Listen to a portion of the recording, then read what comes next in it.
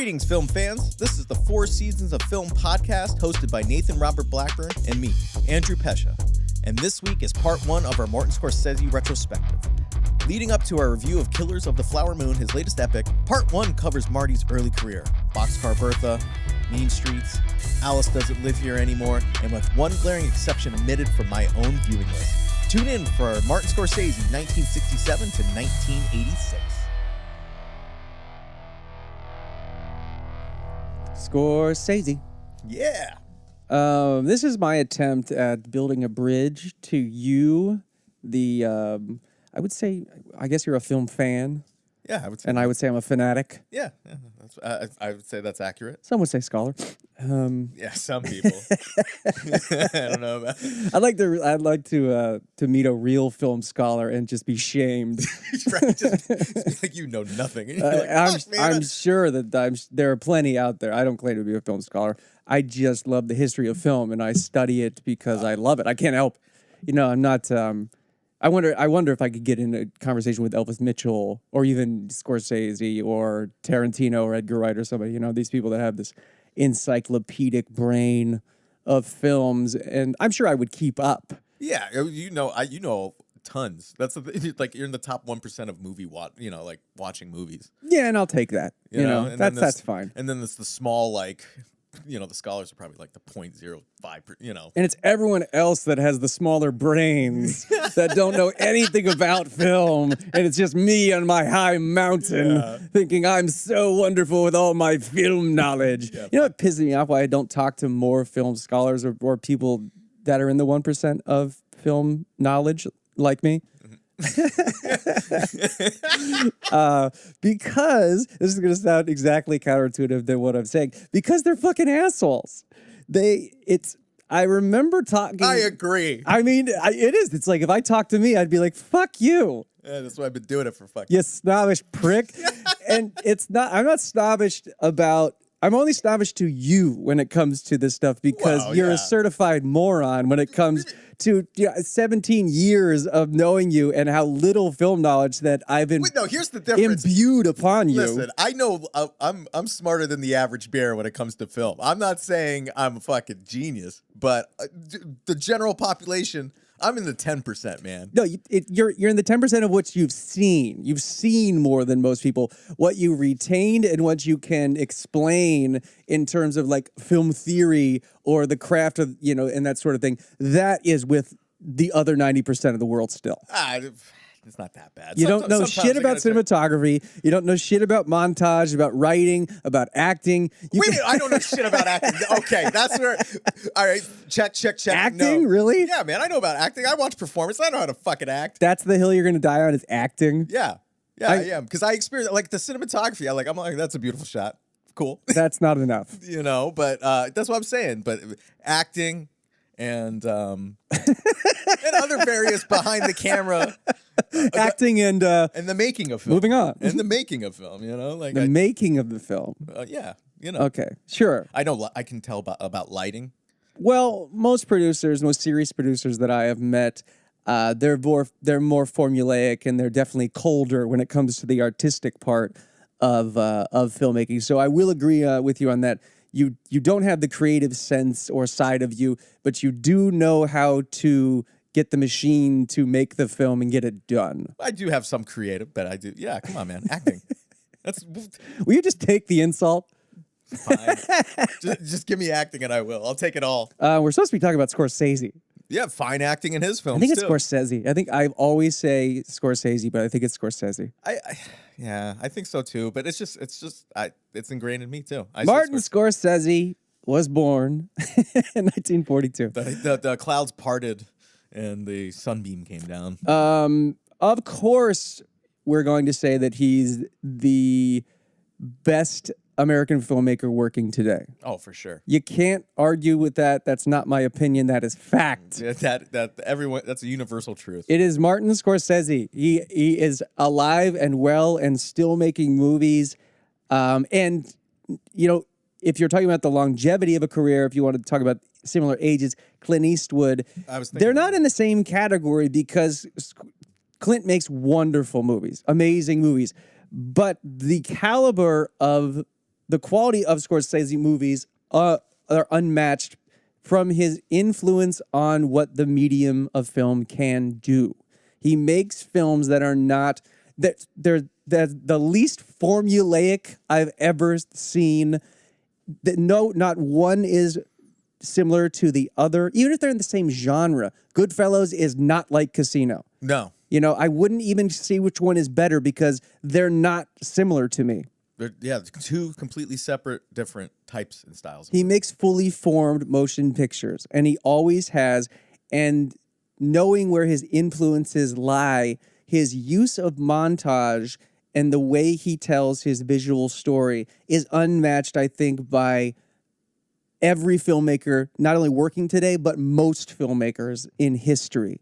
I mean, the Coen brothers visually could go toe-to-toe with him a little bit, but still, not even close. He's unmatched. He knows how to use the visual medium and stretch it to where it wasn't going to go unless he existed. And that, to me, proves why he is legendary. Yeah. He is out of a league. He's in a league all on his own.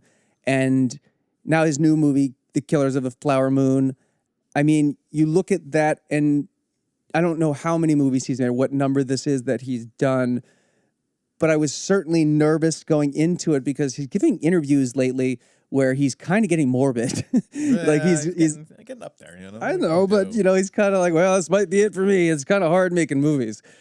Oh yeah, no shit, Marty. I mean, it's still hard. I mean, it's hard on me. You know, we make movies. Yeah. Imagine, you know, when you're older. But even if you had all the help you wanted, it's still fucking taxing to do 12, 14-hour fucking days of. I'm getting sad because I keep saying to friends, all of my heroes are dying out now. You know, it's certainly my, you know, in film history, most of my heroes are already dead. They're from a bygone era. But now we're getting into a place where, oh God, even the people that are making movies are going to stop, or these people, like modern people, they're getting to the end of their life or their career. And, you know, it's hard not to look at the film industry and think poorly on its future.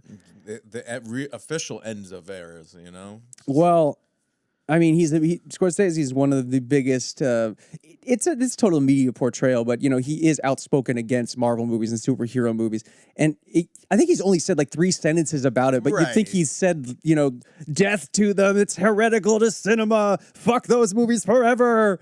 And you know, whether you agree with him or not, it's Martin Scorsese that's saying that. So shut up and sit down. Yeah. He has every right to have any opinion on whatever genre of movie is coming out, especially modern movies. He gets first voice. Yeah. He earned it. The people making these movies, who do they look up to? This guy. Yeah, and if they don't, they're idiots. Yeah. I mean, there are people that are coming out against him and you know, saying, oh, this old man River over here, and going, that's the most ignorant thing I can ever think of in my life is to call Martin Scorsese ignorant about his film, his opinion on filmmaking. Oh my God. You just have to let those people sit with their, like they've shit their pants and they need to sit in it. Why wouldn't you just say like, hey, I get it, Martin. But I just still like him. You know, that's all you have to say. Fucking instead of saying he's an old man. I mean, yeah, I would. As soon as you said Martin, I was cashed out. Well, I think Marty, if anything. Well, I don't know him that well. I would call him Mr. Scorsese. Yeah. I mean, I really would. I don't use the Mr. Miss thing when I meet with people. I think respect has to be earned with strangers, especially. But with somebody like that, I think I would probably bow down and say Mr. Scorsese. Well, you better start calling me Mr. Andy then. Mr. Andy sounds like a butler name, so I will call you Mr. Andy from now on. This is supposed to be a retrospective, and so your assignment was to watch every Scorsese movie that you have not seen. So you were supposed to watch every Scorsese movie. Did you accomplish this task? Well, his movies are very long. That's fucking bullshit. Well, no, but it's fucking. Yeah, I did watch a lot of them. I did watch 1, 2, 3, 4, 5. So the answer is no. 6. The answer is no. And as I pontificate, people want to hear you counting on this podcast. Eight Scorsese movies that I haven't seen. But I've seen a ton already. As I pontificate on your failure, please count how many Scorsese movies there are, not including documentaries, specials, anything like it. Legit feature films. All right. Starting from Who's That Knocking at My Door? Okay. And while Andy does this, let me tell you why he's a piece of shit. Whatever, man. I'm gonna get through them all, man. But I saw what. Yeah, it's not like we had a podcast and you had a month lead-in time for this. Well, are you counting to yourself? Wait 1 second, man. To yourself. The retrospective is going to be on the life and career of Sir Martin Scorsese, even though he's not English. If we had a knighthood, maybe the Presidential Medal of Freedom. I'm surprised he hasn't got that yet. But the retrospective is going to be a collection of we'll briefly, of course, mention the ones that are on the tip of everyone's tongue, Goodfellas and The Departed and everything. But I feel like those movies are talked to death because they're certified masterpieces. And what more can we say about them? But specifically, the disclaimer on this episode is I want to hear from Mr. Andrew Pesha about Scorsese movies and about the lesser known ones that I know he hasn't seen, a la After Hours or Bringing Out the Dead. I've seen it. I saw After Hours before. Who's That Knocking at My Door? I'm thinking of the ones that I know he definitely hasn't seen. And maybe of the 8 that he watched in the meantime before this podcast, there will be some surprises. But I think we're going to have to jump around. I don't want to sort of start at the beginning of his career and go, well, maybe we should. Maybe we should go from the beginning of his film career and see how far into the list you disappoint me. 28 movies. 28 movies Scorsese has made. Like movies, like you said. No, not documentaries. Pictures, yeah. Yeah, pictures, kid. 28. Feature films. Yeah, 28. 28, and how many of the 28 have you seen? Well, I have to count again. Oh my God! So I got to vamp some more. Yeah. You're lucky. I like the sound of my voice.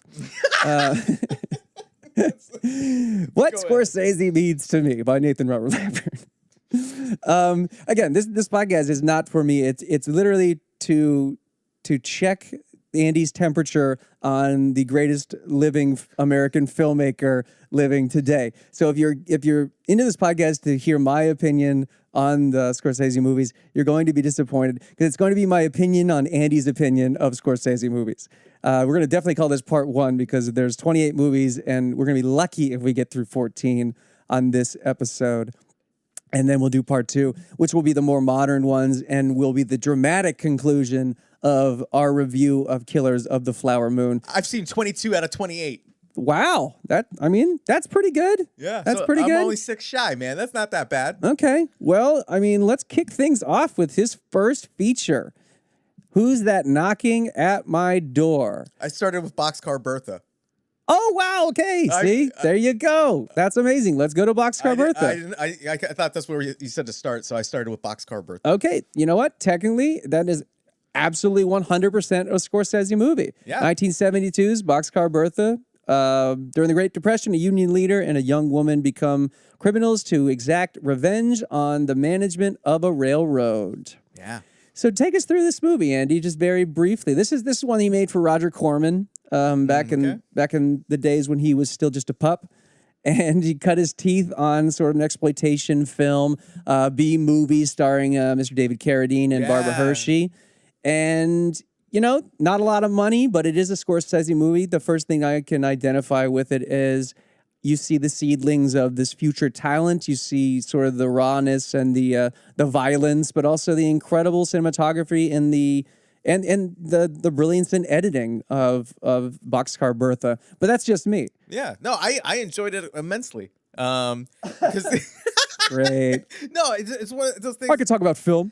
It was like I didn't know, like, because I was like, all right, I'm just going off the list. I'm not going to look up anything about the movie until after, right? So I was like, all right, Boxcar Bertha, let's fucking go. I didn't know I was like, man, this is one of David Carradine's first early films, right? But you approach every movie like you're going to a frat. Let's fucking go.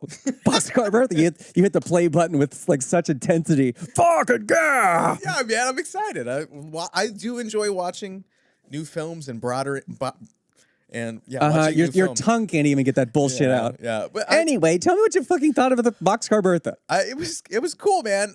So it's like it's weird with Barbara Hershey, right? That was who played it. I'm gonna butcher actors' names because I can't use my phone. Barbara Hershey, like the Hershey bar. Yeah, it's like just to see that she's like, all right, I don't want to fall in this life, and David Carradine's like trying to get her into it, and what happens to him at the end when that's all you got. You got sells him out. The beginning and the end. Yeah, and they're robbing fucking trains, man, and it's just like that whole I forget where it takes place, but it's somewhere down south. I told you to start with Who's That Knocking from '67. No, and you were afterward. And you started at Boxcar Bertha. No, I said Who's That Knocking. I specifically remember because that is his first movie. Well, you said you were like, oh, did you watch blah blah blah? And I was like, no, not yet. Well, Boxcar Bertha is technically his first movie, most like for a company. He just raised the money and did Who's That Knocking and sold it to something. But there's no way, no bone in my body that's going to let you get away with not acknowledging the importance of how much Who's That Knocking at My Door is the very first Martin Scorsese movie. I will watch that for part 2. I can't even believe it. We're even having this discussion right now. It's like not watching. It's like somebody's first acknowledged painting that was what defined their entire career of who they're going to be, and you just ignored it, and you didn't even have the sense to know that you should have seen it. I was gonna eventually get back to it, but I thought it's the first fucking movie he did. Well, whatever. I will watch it for part 2. What are you talking about? We're gonna go through all the movies. You're gonna go all the way back to his first movie. Well, the 6 I haven't seen.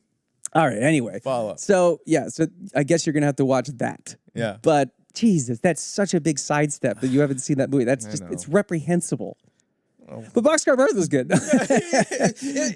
It was like because I didn't in my watching, I watched it kind of in the middle of. I didn't go in order of his from first to last. I was just like, all right, cool. Like you went with feel on what you wanted to watch. for that day or time I was watching it. So it was like Boxcar Bertha was in the middle, and it was kind of cool to watch other films and then see because, like you said, you can see where it's going.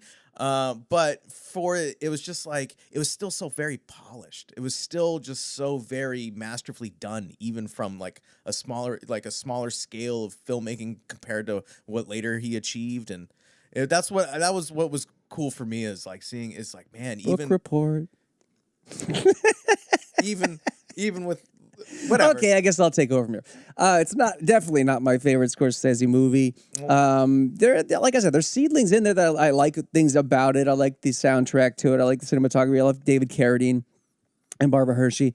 But even Scorsese at the end when he screened this, John Cassavetes came up to him and went, "It's fine, Marty, but you go back to making shit like Who's That Knocking because that's where your wheelhouse is, not this B-movie schlock shit." Yeah. And even Scorsese knew that. It's just you have to cut your teeth somewhere. And this was cut your teeth at doing something that was directed or that was produced by a studio or listening to somebody like Roger Corman. So he had to do it. I mean, famously, he shot listed every single shot in a book before he started production. So he was already that well versed in what he wanted to do.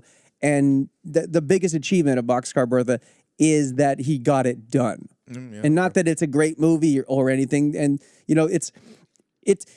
it reminds me of early Scorsese. It reminds me of early anybody's career where you go, I like, Stanley Kubrick's Fear and Desire. There's certainly tenets of that movie that I love being his first feature. But, he famously wanted to burn every negative of that movie because he hated it so much. That's why I haven't watched it. And so I think, that Scorsese probably feels similar about Boxcar Bertha. But you can't deny where you come from. I mean, it's early on. You're going to hate everything you've done in your early career, but you have to get it done and put it out there. And I think it also isn't that bad a movie. That's not what I'm saying. It's entertaining. It's a B movie. Yeah, it's just a little. It gets a little slow at some parts. And then he hangs up David Carradine from they crucify him against a train car, and that's the end of the movie. And you go, this guy that directed this movie is a bad motherfucker. Yeah, just train starts going. He's just still hanging. Oh my god. So that's why it gets you in the end. And you can criticize Scorsese. It's fine. Yeah, God. This one was a little tough to get through for me. You think he's gonna be like, "Fuck you, Andy." I'm sorry, Marty. I don't mean it. for 1973, it's a very 70s movie. It's a very B movie. So it was just one that you have to get through that you can check off the box for Scorsese. But not like 1973's his follow-up to Boxcar Bertha, a film called Mean Streets. Oh, man, Mean Streets, man. I mean, of course I've seen Mean Streets before all this, so. Yeah. I would actually think that Mean Streets wasn't one of your favorite movies. I love it. I mean, it's like, it's up there in the top 5. Well, it's the first, you haven't seen it, but Who's That Knocking was more about a band of ragtag friends kind of running around, wreaking havoc on the city of New York, and also the themes of Catholicism thrown in.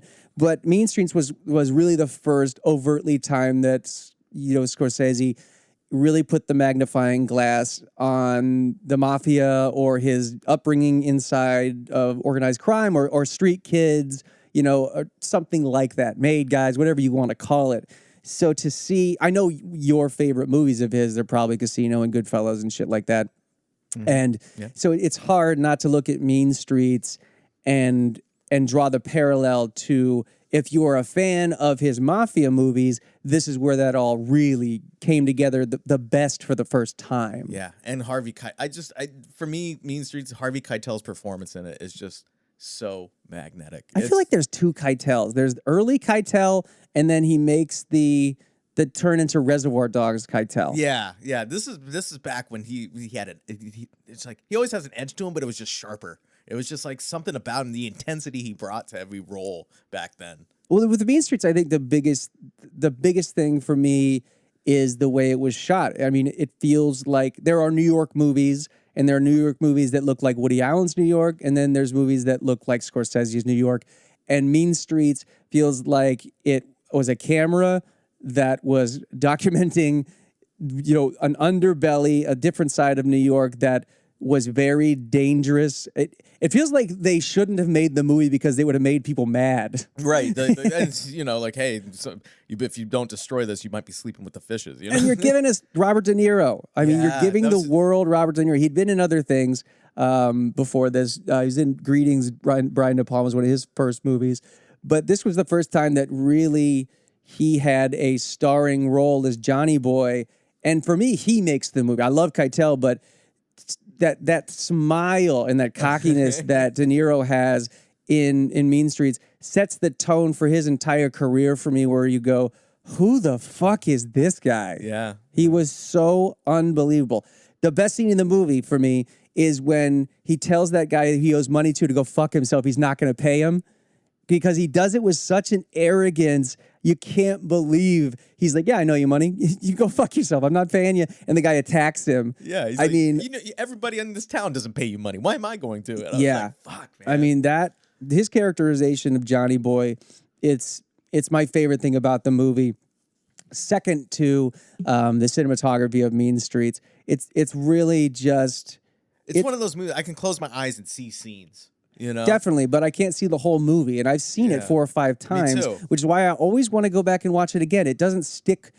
Every sequence doesn't stick with me as much as some of his later work, but it's in that way where, again, you haven't seen it, but Who's That Knocking was his first film, which was... You're just going to fucking rub that in the whole time, aren't you? Well, you missed like all the John Cassavetes influence, and not that you've seen anything by John Cassavetes. I know who that is. Yeah, who is he? It's fucking Johnny Cassavetes, man. He made a lot of westerns and action films. No, none. Zero. He made no westerns and 0 action films. Yeah, well, it's that other fuck, huh? He's kind of considered to be the father of independent cinema. I don't know if you know that. Yeah, well, some people don't know who their dad is. So that's horrible. I guess that's true. Well, in a weird way, that I can see the parallel with that. But yeah, so you don't know who John Cassavetes is, but he made films in a certain way where it was he got a bunch of actors together and they kind of improv a movie. Yeah. They gave it was like kind of like Curb Your Enthusiasm back in the day, but for dramatic purposes. And the movies look like that. They're very organic. They're shot very low budget, very low lighting, and it's kind of made up all on the spot, including the cinematography. And Who's That Knocking at My Door is very, very deferential to that style of filmmaking. And when you get to Boxcar Bertha, it couldn't be the opposite of that. It's a very straightforward movie in the editing and montage. And then when you get to Mean Streets, there's Cassavetes' lighting and Cassavetes' influences seemingly on the cinematography, but it's where Scorsese crosses the point from being influenced by somebody into realizing that he is going to be a fully formed artist and filmmaker. And I think that's what people identified with Mean Streets. Certainly what you don't identify with, because you really just like Harvey Keitel and the fact that it's about the mafia. But it goes much deeper than that. Yeah. Okay. Fair enough. I won't argue that. And like Scorsese in general, his view of the Italian American culture of the. Well, you're Italian American. I mean, yeah, you're half Italian American. So that's why I always gravitated toward these films, because it's like, oh, but you didn't grow up like that. No. But I mean, I was born in New York. You're like what I call a salami Italian American. And then grew up in the New Pennsylvania part, which is like New Jersey. Like Scranton's like New Jersey. You know that imitation crab you can get? Yeah, that's me. That's what you are for Italians. Yeah, exactly. Definitely. You're mortadella that tastes like imitation crab meat. Yeah, well, like the food, some of the, like a lot of the food. Like grew up eating all that. Like some of the people like my family knew is like spitting, like, you could take them out of a movie. Of course, they didn't kill people, but just their mannerisms and how they talked and things like that. So that's why I always kind of gravitated towards his films, because he's very, he likes to tell that side of the. Well, maybe that's why I gravitate more towards like Dutch films. Because it comes from there. It makes sense. It's nothing wrong. Passion of Joan of Arc. I don't know why. I get gravitated towards Gabagool. Yeah, Mean Streets it planted even more seeds of who he's going to be. But I think it was the film where he put his flag down and said, "I'm Martin Scorsese, and this is how I make movies." Right. Yeah. This is it's very. You see all the style come from that for all the rest of like Casino and Goodfellas, like you said. And the ending of the movie is classic. Yeah. With Johnny Boy. Yeah. I mean, you definitely don't expect to see that. But and it's also very reminiscent of the ending of Dog Day Afternoon. Oh, yeah. Oh, yeah. I forgot about that movie. Back into my file cabinet of my brain. I had to switch to De Palma. I'm in Scorsese mode right now. And it's not De Palma either. Yeah, it's something to do with it, right? Sidney Lumet, maybe. Oh, so that's the subfolder. God, deleted. Delete that memory. De Palma, did he produce it? De Palma had something. Nothing. Absolutely nothing to do with Dog Day Afternoon. Well, it's set in New York. How about that? Okay, cool. Jesus. I was way wrong. Next, we're moving on to 1974's Alice Doesn't Live Here Anymore. And I'm guessing you haven't seen it. That was one of the ones I watched. And I knew you had seen it. No, just kidding. Tell me about it. Tell me what it's about. This is one I'm actually excited to talk to you about, because I figured you would not see this movie because it is not your typical Scorsese movie. It's not about things that you would associate with Scorsese. He wasn't hired to do a Scorsese film, and I'm shocked that you looked at this poster or the description and went, "I'm gonna watch that movie." I've heard the movie title a bunch throughout my journey of film, and I was like, it's Scorsese. That's my assignment. Let's get to it. And I love this one a lot. And I can't think of the actress's name. She was also in Ellen Burstyn. Ellen Burstyn, yeah. Her and her son are trying to move and move cross country. And all of a sudden she falls in with the wrong guy, Harvey Keitel. Again. And gets stranded in, I think, was it Phoenix or somewhere in Arizona, and meets Chris Christopherson. And she's like, coming out of a divorce and she's not looking for love, but kind of lonely. But then love kind of finds her.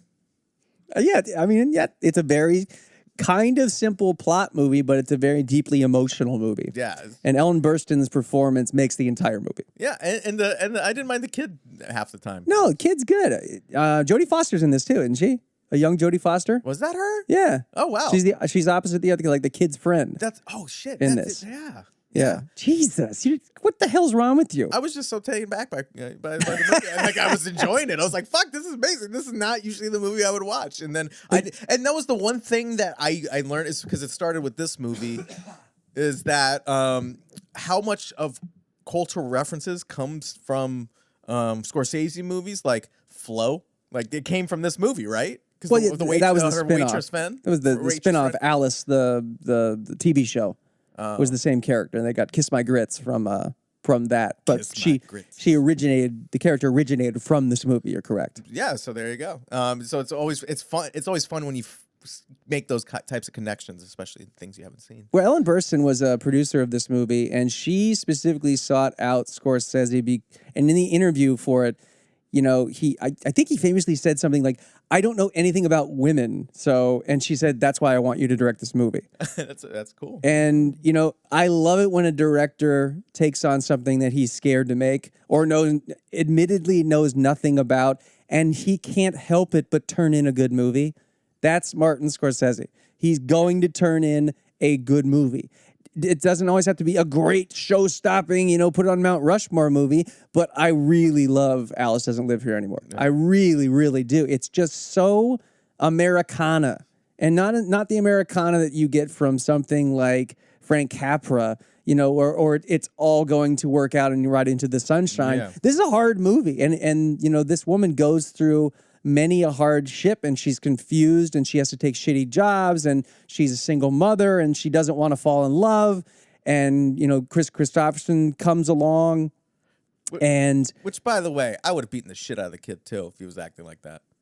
But that's perfect casting because the kid's good, but he's also kind of a little shithead. Yeah. And I have my biases against kids in general.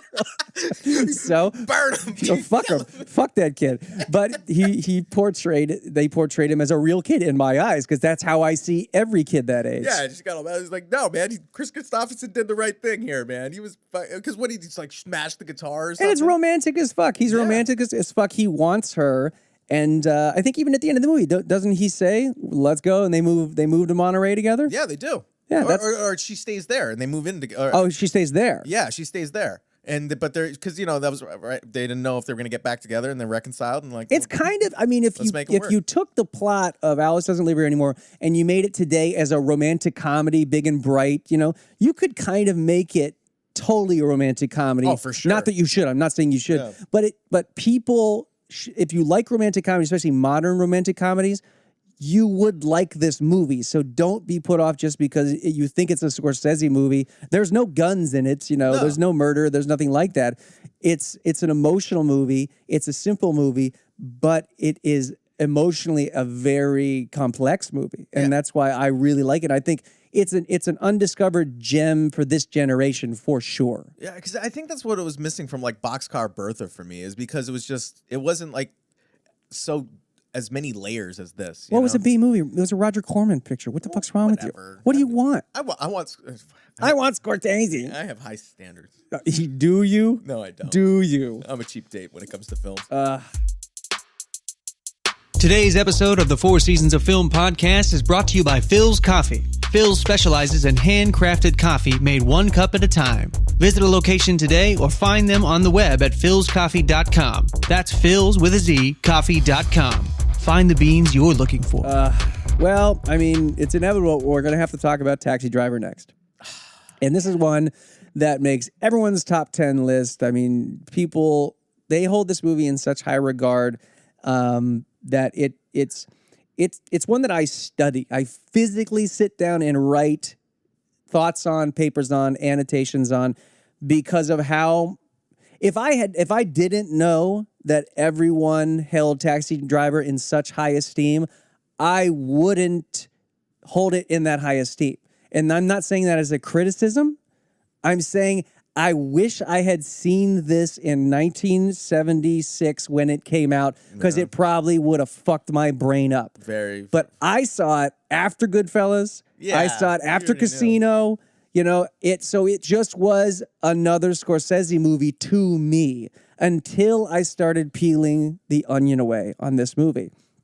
I'm pretty sure that you've never seen the movie that it was based on. Okay. Okay. Let's find out. I mean, definitely could be true. I mean, what am I going to say about Taxi Driver that hasn't ever been fucking said before? Travis it's violent. It's well acted. It's well shot. it's kind of intense. It's intense. scary. It's kind of scary that I watch, especially that I watch it now and wasn't so taken with it when I first saw it because, like I said, Goodfellas is fucking raw. Casino is a raw movie, and really, Taxi Driver, the raw part is at the end. You know, with all the blood and with all the violence. And the famous gesture that De Niro does. I think what I missed as a teenager watching this was the psychological aspect of how scary Travis Bickle as a character really is. Of a fucking stalker. He's unhinged. He's a psychopath. He's getting ready to cause carnage. And I didn't see that so much as a threat. And I don't know why. He wasn't as intimidating, as scary to me when I was a teenager as he is now. Maybe because I see the world as it is now better, and there are these fucking psychopaths out there. More aware, of your surroundings. Why I always thought it was kind of, he is this strange psychopathic killer, but he does this very noble thing, trying to save this young prostitute's life, this redeeming quality that it's so confusing even to talk about now in my mind. You go, but you're supposed to hate this guy, but he's doing something so noble. I mean, there's the brilliance of the film is totally in there for me now. It is a fucking brilliant film. I just missed it because I was too young. Yeah, for sure. Yeah, I didn't see it till way later, like yourself. Paul Schrader based the script off of The Searchers from 1956. And sounds familiar. Everything sounds familiar. They're called words. But anyways, John Ford picture starring John Wayne. I know about this film. Okay. You have to watch it because it is such a perfect movie in the plot and the telling. I didn't see the connection. I'd seen The Searchers before I saw Taxi Driver. I didn't get the connection between the two plots, but it somehow makes sense. It's kind of a revenge story, or it's a redemption story. I need to go save this young person from this threat. In the Searcher's case, his nephew or his niece or someone close to him, she gets kidnapped by the local Native American tribe, and John Wayne is this racist outlaw asshole, and he hates Native Americans, so he's more than happy to go and try to save his niece because he wants to go kill these people anyway. Yeah. And so, do you see the parallels between Travis Bickle and that? Yeah. Troubled guy who wants to kill people anyway. Don't give him an excuse. Right. Yeah. Like, okay, cool. But if you like one, you'll love the other. And in The Searchers, it's for a John Ford film. It's a very nasty John Ford film because of the way that he lets the John Wayne character be as overtly mean and nasty towards with an attitude instead of back in those days it was really.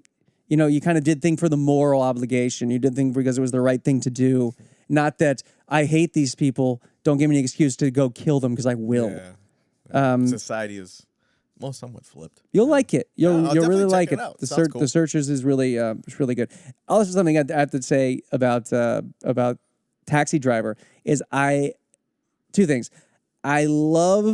I'm going to say the word montage like a million times about Scorsese because he's so fucking brilliant at it. I love the opening when the taxi comes out like Jaws from the smoke in the opening titles. I just think it is. It's like when the shark comes out of the water from Jaws, it's so fucking brilliant because it's like we're going to watch a duel or something, like the taxi is a character. And certainly it's not really in the movie. It's more Travis Bickle. Yeah. But I love that opening and I love certain nuances like when he stares into the Alka-Seltzer, and it's foaming in his glass when he's at the cabbie station or at the diner.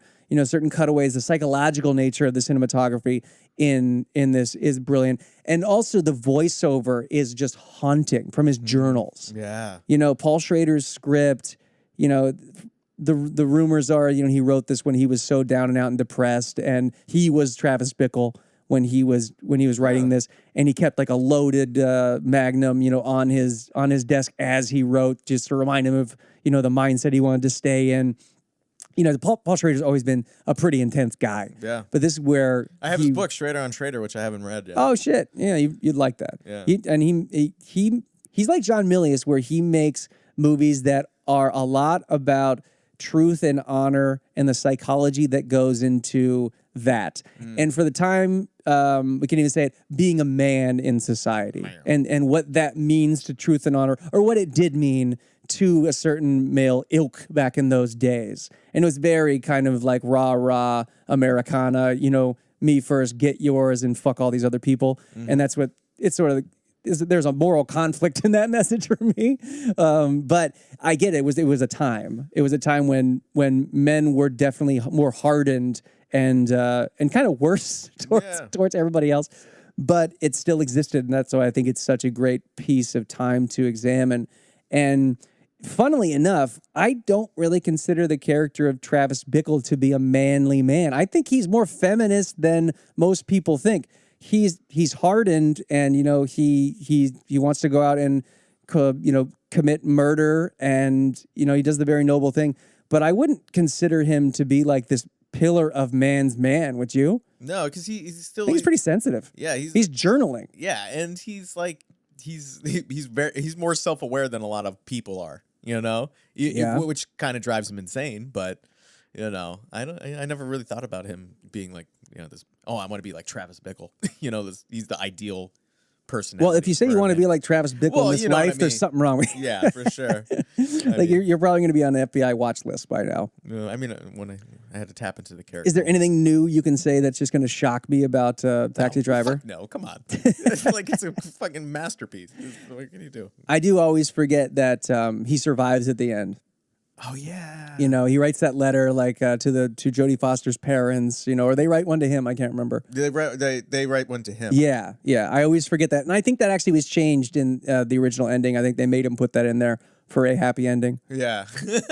Which is kind of weird, but you know, I don't think it takes away from the film. But I always forget it when I watch Taxi Driver. Yeah.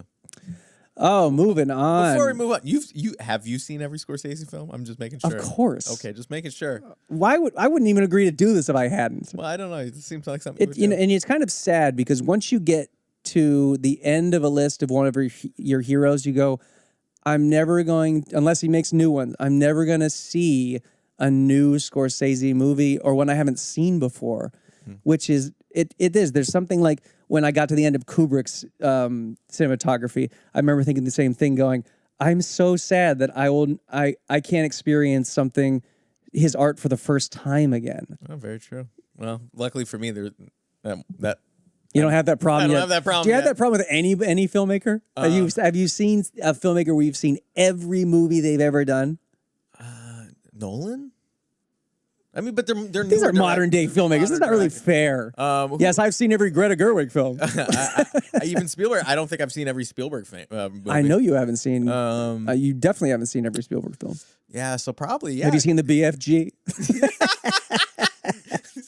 You can skip some. Yeah, that's an animated film. Hey, fuck you. Different. I've tried to watch that movie 5 times. I can't get through it. I wrote when it came out. Anyway. Yeah. What's next? I think New York is next. Did you watch that one? That's on the. I have to watch. You fucker.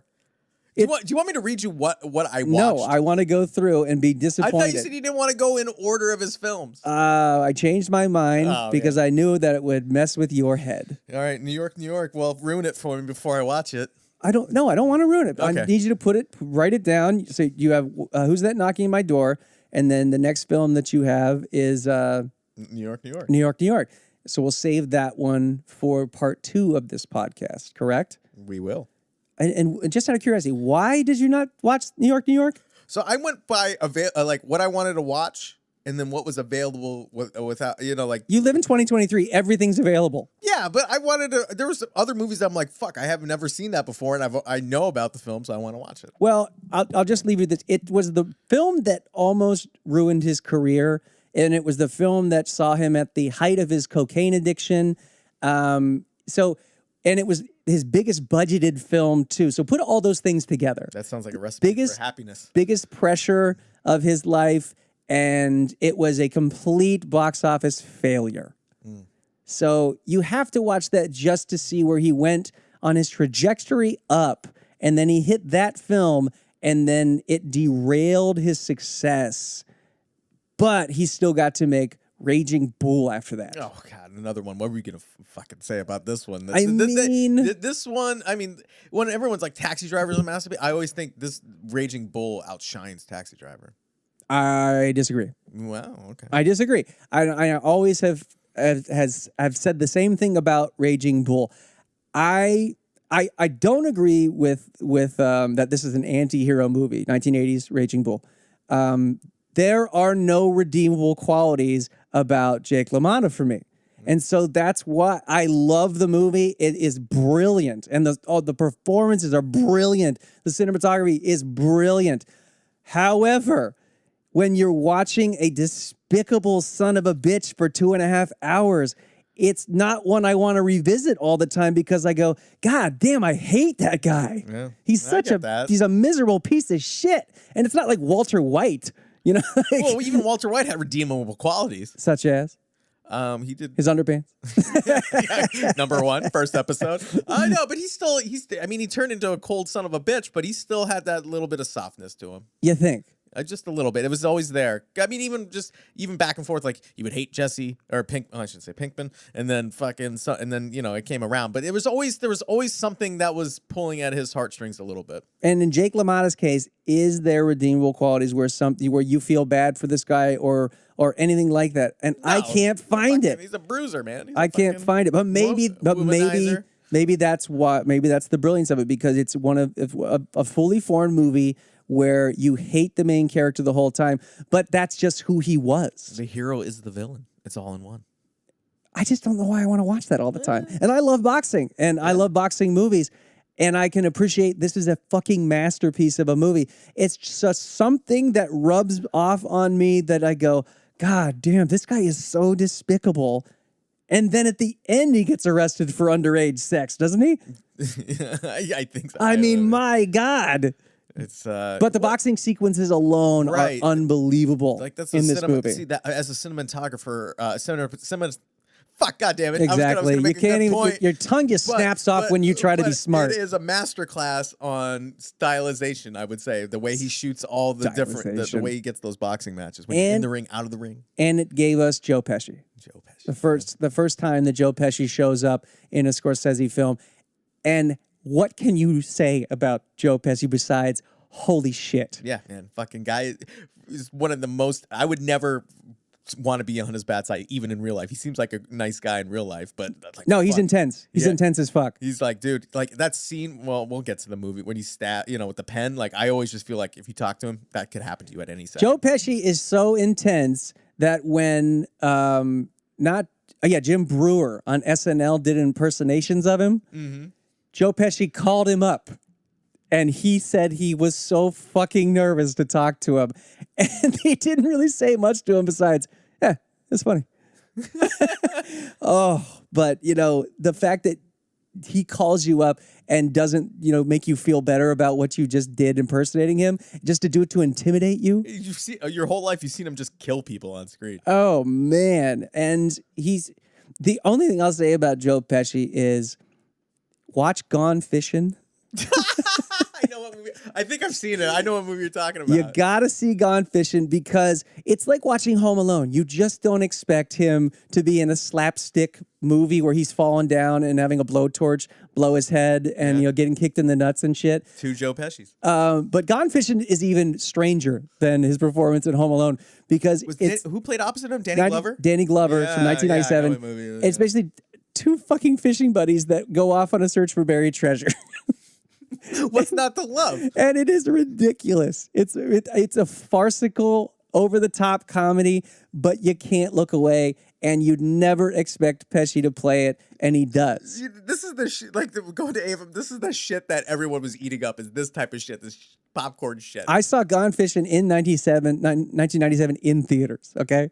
I remember it. Wow. I remember, I can't believe that he's doing this. And I had not seen Goodfellas in 1997. This was your first Pesci film that you remember seeing? No.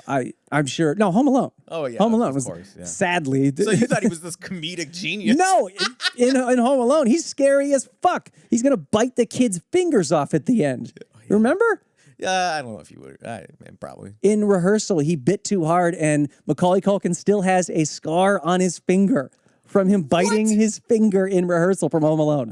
Man, all right. I'm never getting near this. It's Joe fucking Pesci, man. And he just did Bub Kiss with Pete Davidson. Moving on from that comment. But yeah, the Raging Bull, it's a fucking masterpiece. Like you were saying, the cinematography in the fight scenes alone taught me what the camera can do, from placing the camera in the ring to slowly moving it outside the ring by the end of the movie. I mean, I had never even thought about cinematography in that way. It just made something on the map of cinematography work for me, where you go, it's not just about putting the camera down and capturing the action. The lens means something. The shot, the frame means something. Where do we put the camera means how the audience is going to feel, whether they know it or not. And 90% of you do not think about that. See, so I take back the cinematography comment, because I do notice this shit in films. So, if they're evil, it's a low shot. Pregnant pause there. Okay, and move on. Right. We got it. I'll point it out to me from now on, okay? All right, I will. These claims that you know what's going on in the cinematography. Well, and then once you start getting annoyed because it's going to be all the time. I will never be annoyed with people talking with me through a movie. I agree with that. Ever. I agree with Ever. That. It's just me. And when nobody's in the room, I'm talking inside my head to myself. No, you're talking to the dogs. Well, at least they listen. Yeah. And they retain knowledge. They do. Oh, my God. Yeah, Raging Bull is a tough one to say anything new about. Besides it, and it also, he should have won Best Director that year. I mean, that was the first chance for him to win Best Director. Good question. What are we talking about? 1980? Yeah, I think so. I'm gonna have to look it up. I'm ashamed to say 1980. I'm gonna say Ordinary People, maybe. Who did that? That was Robert Redford. Oh, of course. Who did Scorsese lose to in 1980? That's what we call Google, Andy. Well, I can't use my phone anymore, so I would have already looked it up. But Yep, Robert Redford's Ordinary People. Can't believe that. Have you never seen Ordinary People? No, have you? I haven't. No. It's great, and it? it's a family drama about suicide, and it's a very serious movie, and it's just not. It's not fucking Raging Bull. I mean, my God, Raging Bull. The cinematography alone makes that movie Best Picture that year. Yeah. Scorsese or De Niro's performance makes that movie Best of that year. The directing, he didn't win for directing. That's insanity. The editing. Yeah. I don't know. That's something. You know how it goes. I do. those award shows. I know how it goes. Yeah, but it's also, Raging Bull wasn't a massive success. Ordinary People was. Yeah. So, I said, you know how it goes. In hindsight, these award shows. Yeah, in hindsight, it's not going to work, which really sucks. But Raging Bull didn't get its due. So yeah, he goes. He fails again with Raging Bull commercially. Yeah, commercially, I'm not saying anything else about that. And then he goes into 1982's The King of Comedy. I've seen that before. But you didn't watch it recently? No. But I remember I've watched that for the first time within the past 5 years. And what do we think? It's great. I mean, Robert De Niro playing a fucking stand-up comedian, like trying to.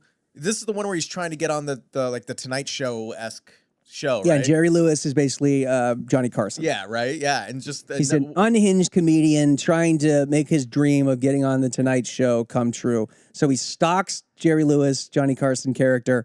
I wonder if they, now that I'm talking about this movie, I wonder if they based the movie The Joker off of this. Because not only did they base it, they ripped it off. They completely ripped off the movie and just redid it as The Joker. That's why I've only seen The Joker once, and I loved Joaquin's performance in it. But it was like watching a Xerox of The King of Comedy, and it wasn't as good. Just add Batman to it. And you added Batman to it. And I went, you know how I feel about superhero movies. Yeah, so, but this one was not supposed to be like your typical superhero. It was supposed to be like, But The King of Comedy is wonderful. Yeah. It's scary as fuck.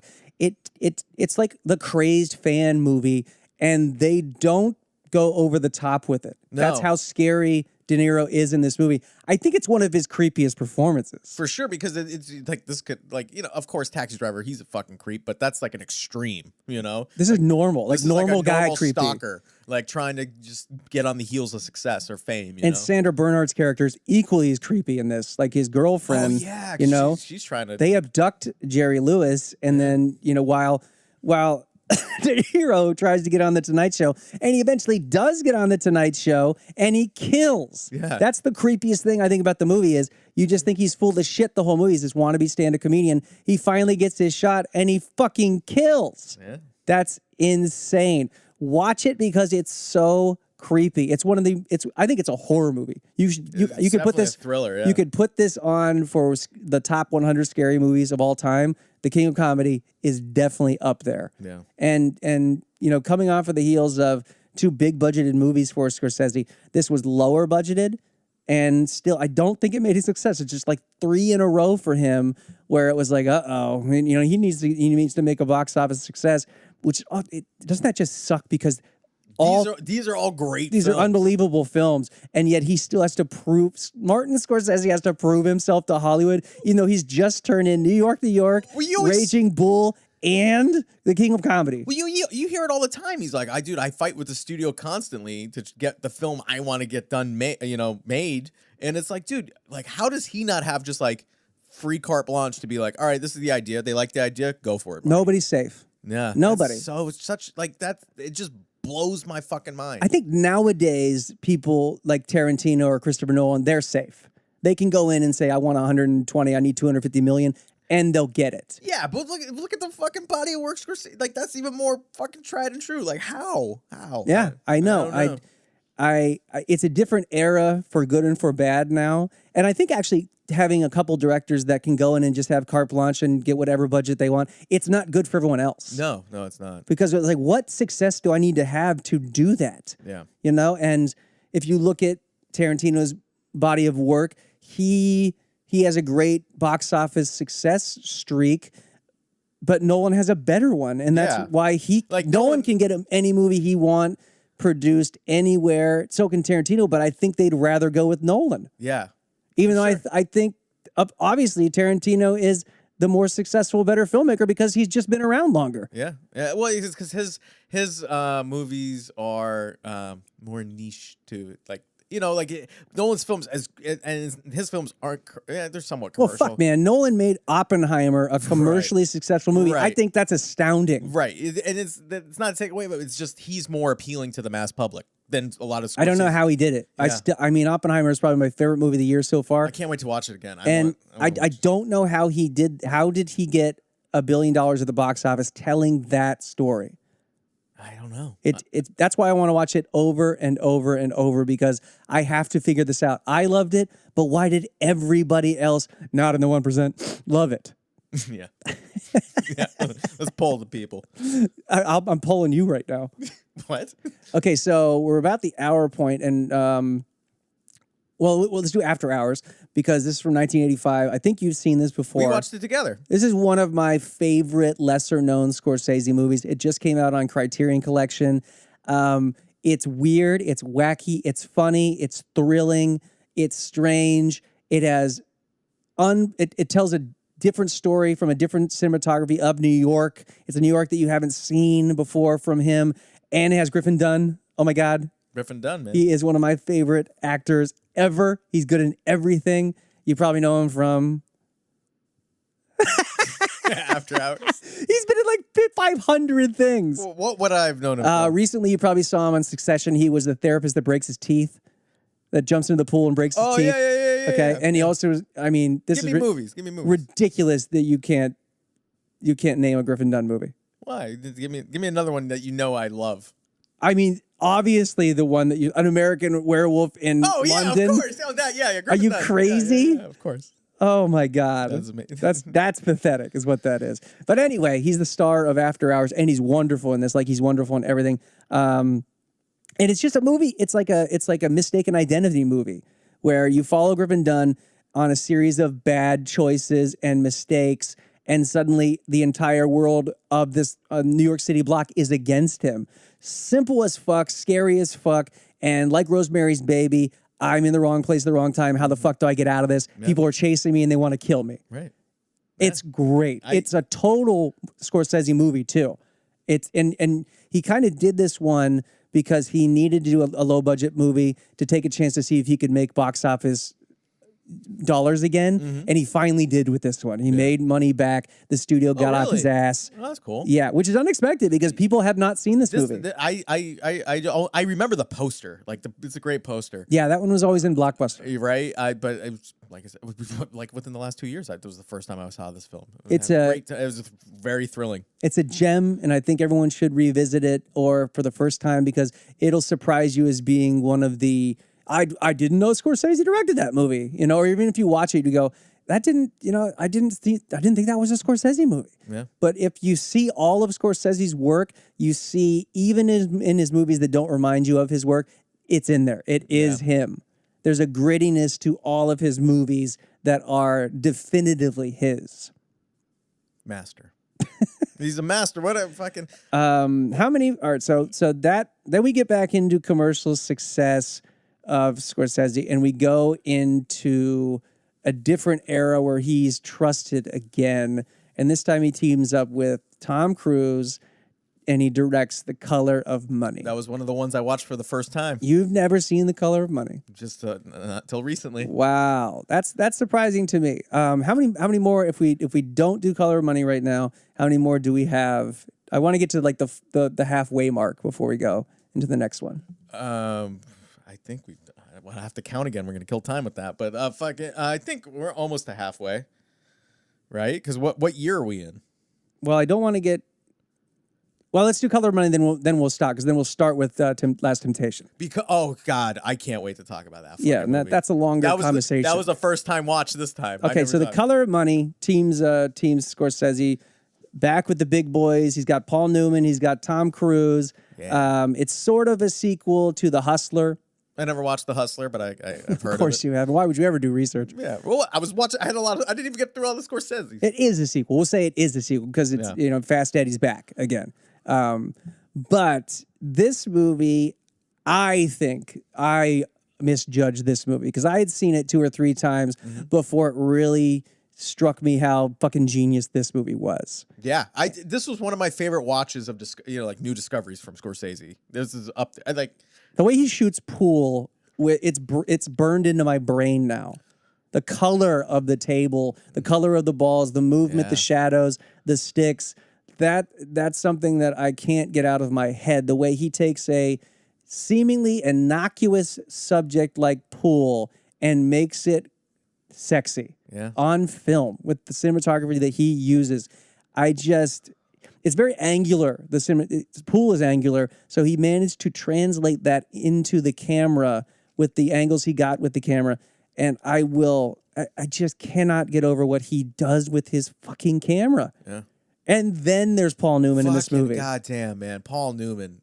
Just a powerhouse. Like that calm, just fucking energy that he brings. And he's like, even though like he's just trying to be back on the up and up, He lets Tom Cruise overact all the way through the movie. He was a strange part for me. Tom Cruise, this is early Tom Cruise where he felt like he needed to yell more than he needed to. There's the subtlety that Tom Cruise gets after a certain era. He was young in this. Yeah. So, when Paul Newman, I think, probably looked at that performance of the kid opposite him and just went, I'm just going to use subtlety through this whole movie. I don't have to do shit. And, and he wins. Yeah. He wins the acting race in this movie. It almost makes Tom Cruise look kind of cartoonish. Yeah. And I love how because I thought it was going to be like, not in the buddy cop movie, but like a buddy hustler movie. But then how it takes. They hate each other. But it takes the turn. And then it's like Paul Newman's the main character in this, and you see his, his road to going back up or going to that pool tournament, and I think it's brilliant casting to use Tom Cruise in this, which is sort of like the new heartthrob versus the old heartthrob. The two guards. Oh my god, and you do see the similarities between the two actors and where they were in different parts of their career.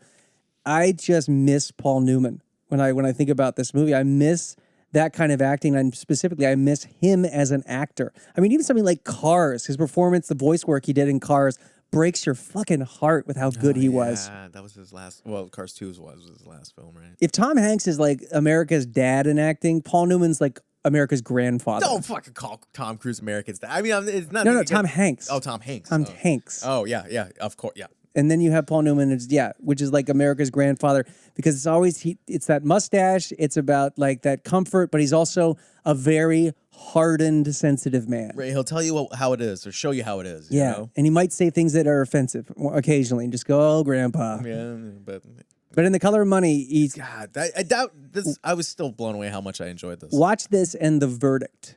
The Verdict. He plays a sort of similar character, kind of like an alcoholic, down in his luck lawyer who takes on a case that he's totally underqualified to do. But he's kind of in the similar vein where you feel bad for him the whole movie, but you hope he's going to win at the end. Right. It's such a great double feature for The Color of Money, and one of the the later Paul Newman performances, which were the best of his career. Yeah. But the Color of Money is, I think people would probably consider it more of a commercial Scorsese movie, but I consider it to be one of his best and kind of like unexpected best. Yeah, me too. This movie was just right up my alley. I was shocked I haven't seen this a lot sooner. And it's just about pool. Yeah, it's so simple, and it's just like I don't know, like pool. And then that one scene where Paul Newman's like leaving Tom Cruise high and dry to learn a lesson in the pool hall, and just like that whole, and that was like Cruise's craziness and that kind of matched that scene, so it worked. But just like the kind of like just the way like I've always loved grifter movies, hustler movies, things like that. Well, yeah, because back in the day, in the 80s especially, there's no cell phones. There's not really that much entertainment like there is now. So people went to pool halls and they played video games at real arcades and shit like that. So that's what I love most about seeing this bygone era of when we weren't just in our houses entertaining ourselves. You had to go out and interact with strangers, and if you liked pool, you joined a pool community of people, and you learned a skill, and many people had different skills in many different things. And from the fucking 50s to the 80s, Paul Newman's character is so fucking skilled at this one thing that amazes me. I know there's pool players out there that are professional and amazing now, but it's just not the same thing. Yeah. The amount of pool hustlers there are, how many do you think there are now? Oh, I mean, who knows? There was probably thousands back then. It's probably like 5-10 times less than. But you go into a fucking pool hall. There's always that fucking guy. There's always that guy that wants to play. Yeah. We were at Sundance, remember? Yeah. That guy wanted to play in that little dingy bar we were in. Anybody want to play pool? And we all looked at him and we were like, that guy wants to fucking hustle us out of money. Because I'm not good at pool, but I love playing pool. And so it's like when those situations, I always look around and see how other people are playing. Just in that fact of like, hey, you want to play? And then like, always the one game for free. Like, let's put some money on this game. And then you're like, nah, I'm good, man. That and darts. You're playing darts. There's always some asshole that wants to come up and play for money. It's the bar games. It's like people are drinking. Like, hey, I got to pay for my beer. So yeah, I don't like it. It ruins the game for me when you put money on it. Yeah, right. It's like, hey, friendly game. We're killing time, having a few drinks. It's like bowling. You're gonna bet on bowling. I bet there's people. I mean, if there's the day that there's a bowling shark that comes up to me, I will say yes. I'm going on record just to be like, all right, dude, really? You and a bowling shark. I would love that. Oh yeah, that's a documentary.